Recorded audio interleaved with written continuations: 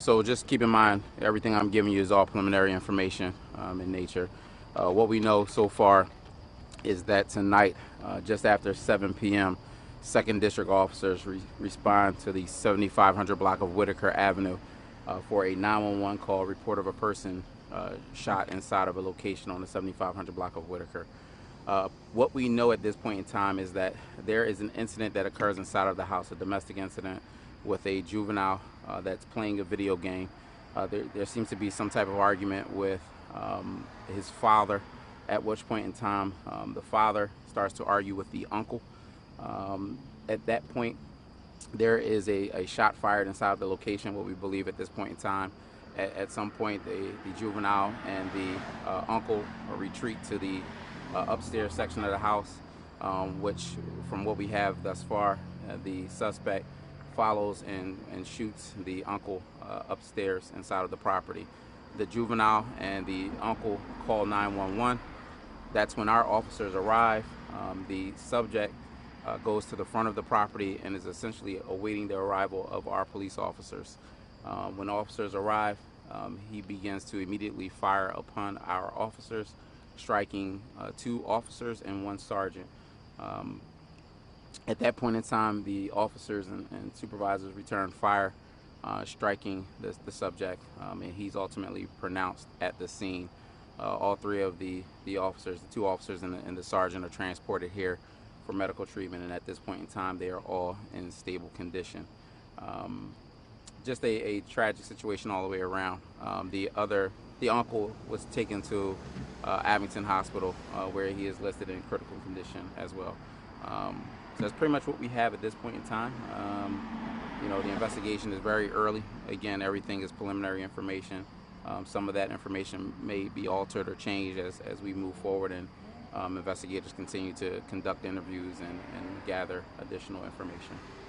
Can you describe what you said the father was waiting for officers? Was he outside of the home? Was he in the doorway? My understanding is that he may have been in the doorway, right at the front of the property, waiting for them. So upon them arriving, they immediately took on gunfire. Can you describe the officers' injuries? Where were they shot? How many times? So 2 of the officers were shot in the leg. The sergeant shot in the finger.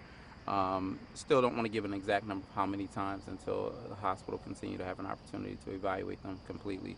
But that's the injuries right now. They're all in stable condition. Their families are here with them. And so they're just going to be, go through the process of recovering. Again, dealing with a traumatic situation like this.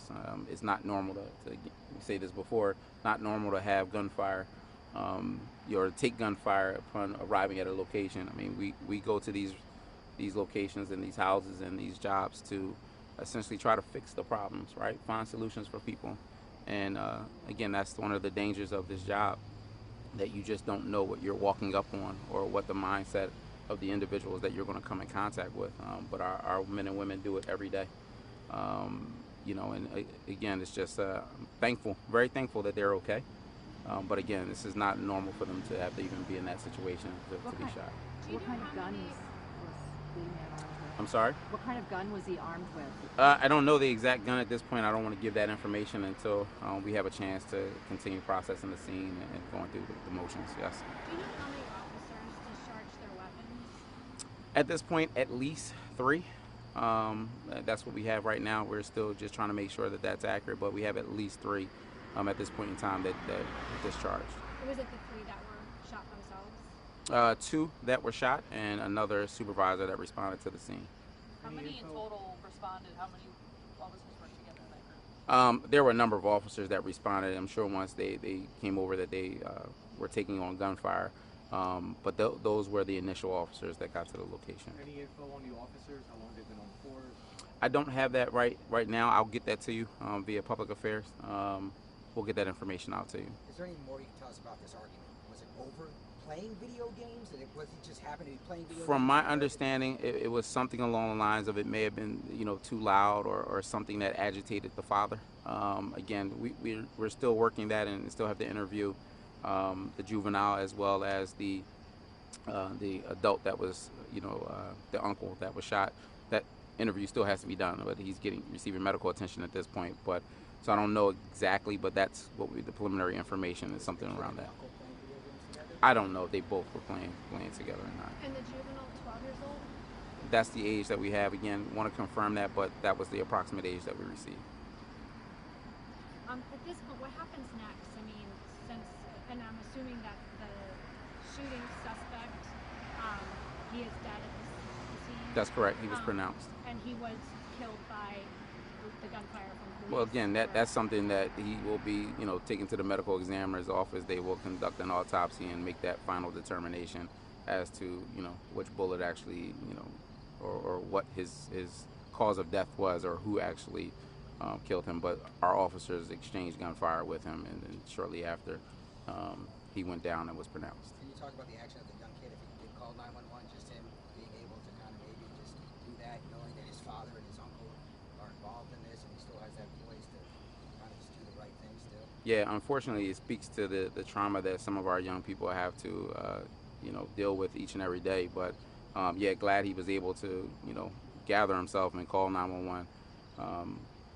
But yeah, what a tragic situation that young man is going to have to deal with as he moves forward and grows older.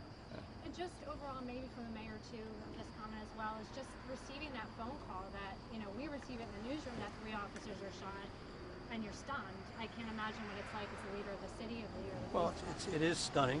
I thank God that they're all okay. I thank them for their bravery and their desire to do this job, which is very, very difficult. And I thank their families for the sacrifice that they made. There's a lot of upset people in there that had a good outcome, but still emotionally traumatized. The one sergeant's 2 young girls, and it just, the whole family doesn't know what they're walking into. And thankfully, we walked into everybody being okay. All right, thank you, everyone. We're going to work on getting that information for you about the officers. We'll push it out to your desk as soon as we can. Okay. Thanks so much for coming out, everybody.